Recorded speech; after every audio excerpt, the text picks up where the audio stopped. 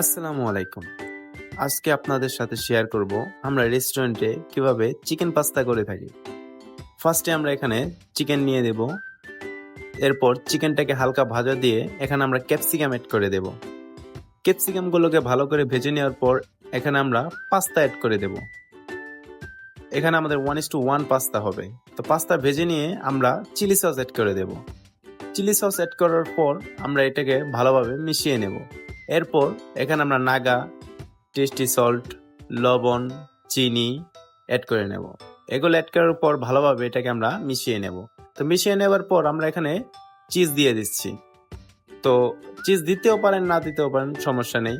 তো চিজ দেওয়ার পর এখানে আমরা ম্যানেজ দিয়ে দিছি। এটা মেশানোর পর আমাদের পাস্তাটা রেডি হয়ে গেল। তো এই রেসিপি ফলো করে আপনারা খুব সহজে বাসায় পাস্তা রান্না করে খেতে পারবেন।